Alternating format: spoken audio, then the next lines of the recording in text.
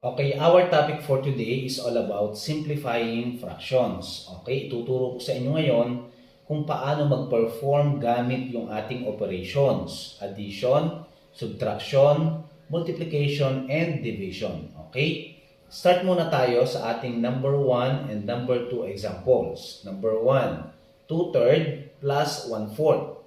Okay, kapag may ganito, although may napapanood tayong mga shortcut, pero we need to follow muna yung original process. Especially sa ating mga graders na dapat alam ang totoong proseso para alam kung paano mag-solve ng fractions. Okay, number 1, 2/3 plus 1/4, anong gagawin natin? Una, kailangan kunin muna natin yung ating LCD o yung tinatawag na least common denominator. Saan yun makikita? Dito sa ating denominator. Ano daw yung least common denominator? Yung pinakamababang denominator na pwedeng ma-divide ang ating dalawang denominator. Okay? Alin sa dalawa? 3, hindi pwede. 4, hindi rin siya pwede. Kapag hindi sila pwede, pwede nating humanap ng iba pang number. Okay? Check nga natin. I-multiply muna sila. 3 times 4, 12. Okay.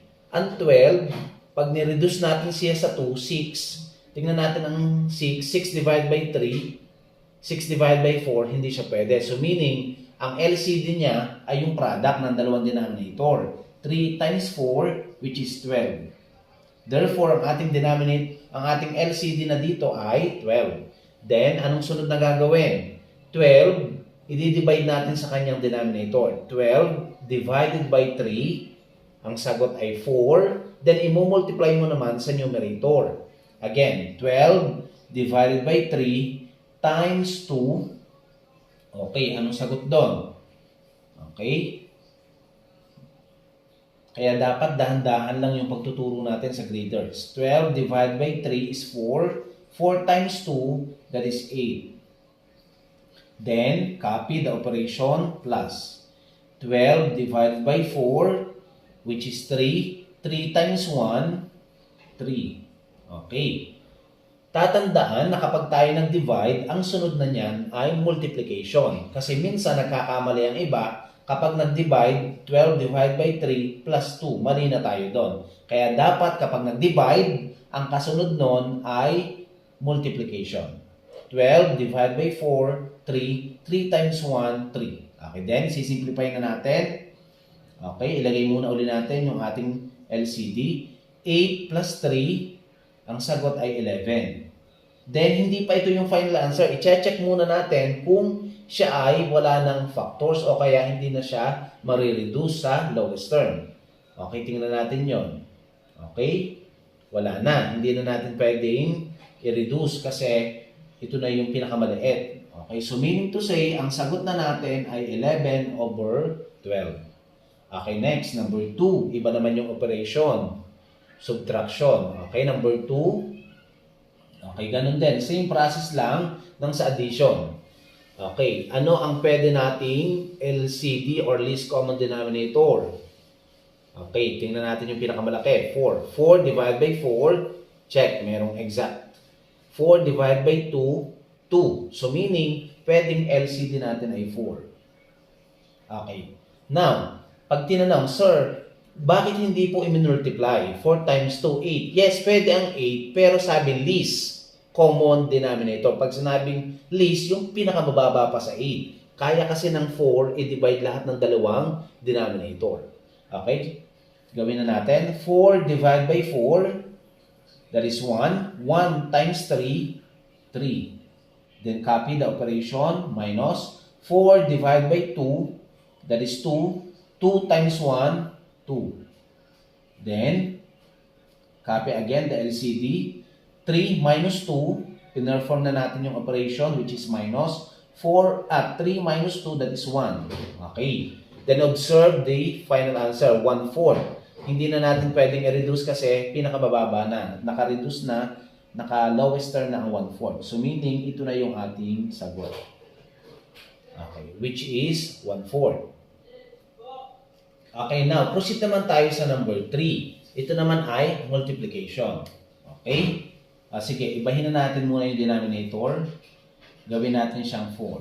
Okay? Ang given natin sa number 3, 2/5 times 3/4. Okay, anong gagawin natin?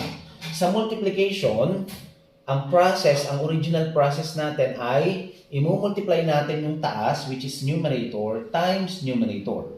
Okay? Then yung denominator naman ay i-multiply natin sa kanyang denominator. Okay, gawin natin. Unahin muna natin ang numerator. 2 times 3, 6.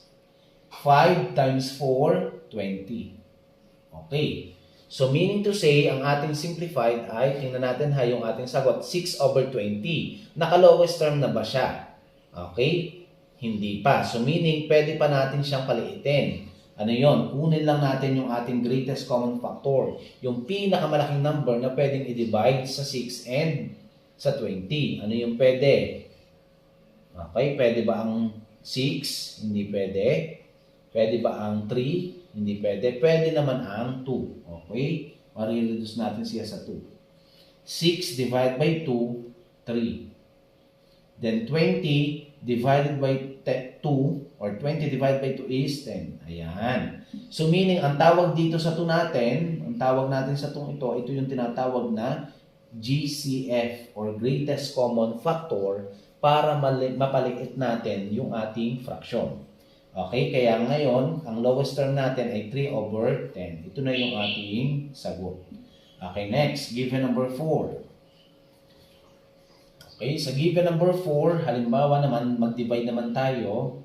Okay, 3/7 divided by 1/11. Okay, 3/7 divided by 1/11. Okay, again, balik lang tayo sa number 3 ha. Sa multiplication and division, hindi tayo nakuha ng LCD.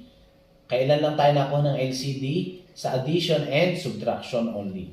Okay, now, ano naman ang process kapag division? 3/7 divided by 1/11. Okay, anong gagawin natin? Kokopyahin muna natin yung 3/7. Ito yung ating first fraction.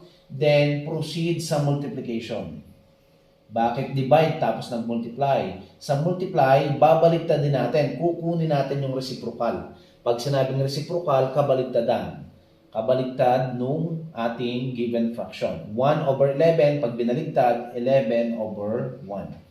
Okay, then, gagawin natin yung process sa number 3. 3 times 11, 33, over 7 times 1, 7. Okay, now, as we can see, pag na-observe natin, bakit mas malaki yung numerator sa denominator? Yes, pwede ito. Pwedeng itong maging final answer. Meron tayong tinatawag na proper fraction and improper fraction. Ang tawag dito ay improper fraction. Mas malaki ang numerator. Now, sa iba, pwede na itong final answer o kaya naman, change pa siya sa mixed fraction. Paano ang pag-change sa mixed fraction? 7, kinopya lang natin yon. Then, pag dinivide natin ang 33 divided by 7, ano yung kaya? Okay, ang kaya dito, mag-start ka sa 1, 2, 3, 4. Okay, sa 4, 32. Pwede na ang weight. 7 times 4 is 28. 7 times 5 is 35. Hindi na pwede ang 5. Sobra na. Kaya 4 pa rin. Okay, 7 times 4 is 28. Then, i-reduce mo naman yon. 33 minus 28, ano ang matitira? Na kapag inad mo ay 33. Okay? 7 times 4, 28 plus 5. Okay? Kaya ang sagot dito sa mix ay 4 and 5/7. Pwedeng ito ang sagot, naka-improper fraction, o kaya naman ay ito na naka-mixed fraction which is 4 and 5/7.